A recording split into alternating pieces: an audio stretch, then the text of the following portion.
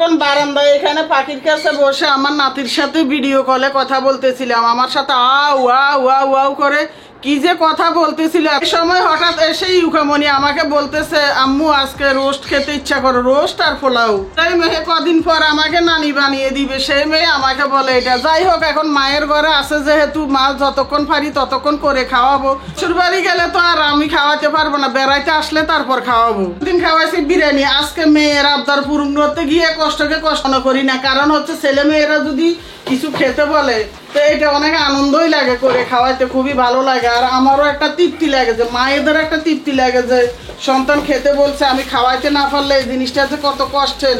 তোমরা যারা মা হয়েছে তোমরা তো সবাই জানো। যে এই কথা সেই কাজ। এই যে মুরগি নিয়ে আসছে এখন স্বপ্নে থেকে, তারপর পোলার চাল অল্প কিছু ছিল, একটা পোলার চালও আনাইছি, আর এই যে রোস্ট মশলাও আনাইছি। ওই যে আমার হাতের মশলা শেষ বললাম।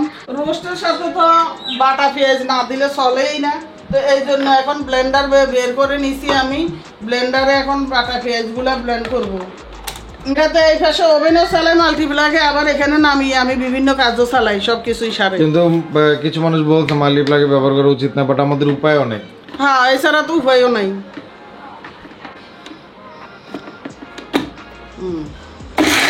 এই গরমে মাথা ঠান্ডা রাখতে আমার হাতের বানানো তেল খুবই কার্যকর। আমি বারবারই বলি, যাদের চুল পড়ে যায়, যাদের নতুন চুল গজায় না, যাদের মাথায় খুশকি আছে, তাদের জন্য তো আরো বেশি কার্যকর। যারা অর্ডার করে না এক্ষুনি অর্ডার করে ফেলো, যে কোনো জায়গায় আমাদের থেকে। আমাদের আপা এসে চলে গেছে, এগুলো আনতে একটু লেট হয়ে গেছে, এই জন্য আমি কাটবো এখন।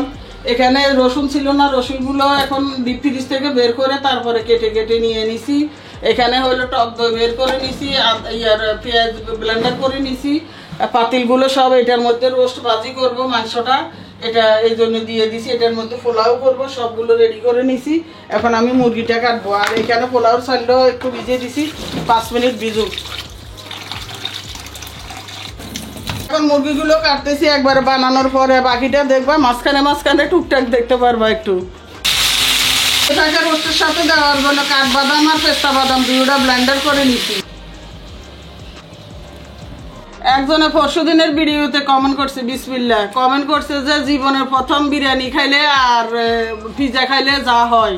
তো আসলে কি স্বাদ লাগছে, কি যে হয়েছে বলার বাইরে।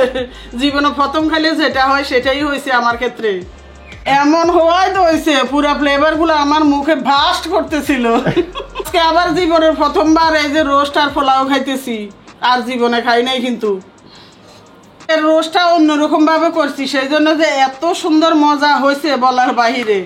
সন্ধ্যার সময় কিছু নাস্তা টাস্তা বানাইতে চাইছি, আলসাবিও লাগতেছিল একটু। এর মধ্যে কি করছে, বড় ছেলের বৌমানি আমার বড় বৌমা ফোন দিছে, হঠাৎ করে বলতেছে, আব্বু আপনাদের জন্য স্যুপ রান্না করে আনতেছি, আপনি কিছু তৈরি করেন না। এই কথা শুনে তো আমি যে কি খুশি হয়েছি, যে একটু না করে পারবো তো এরা খেতে পারবো, এই জন্য বেশি খুশি হয়েছি। তো এর মধ্যে বড় ছেলে এসে গেছে ওই যে রুমের ভিতরে, ও বলতেছে আমাকেও একটু দেন। তো সবাই মিলে খাই এখন, এই জন্য বাড়তেছি। ইউকামনি তো খিদা বরাবরের মতো সবার আগে নিয়ে দৌড় দিছে। এটা শোভনের আর এটা সৈকতের, দিয়ে আসি রুমে।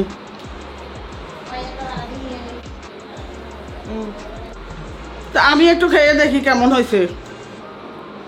আর এইটুকু রেখে দিছি ওদের আব্বুর জন্য। বাবা ইদানিং মাছি যে কি করে, 2-1টা মাছি অত্যাচার করে শেষ করে দিতে আছে আমারে। বিসমিল্লাহ, অনেক মজা হয়েছে।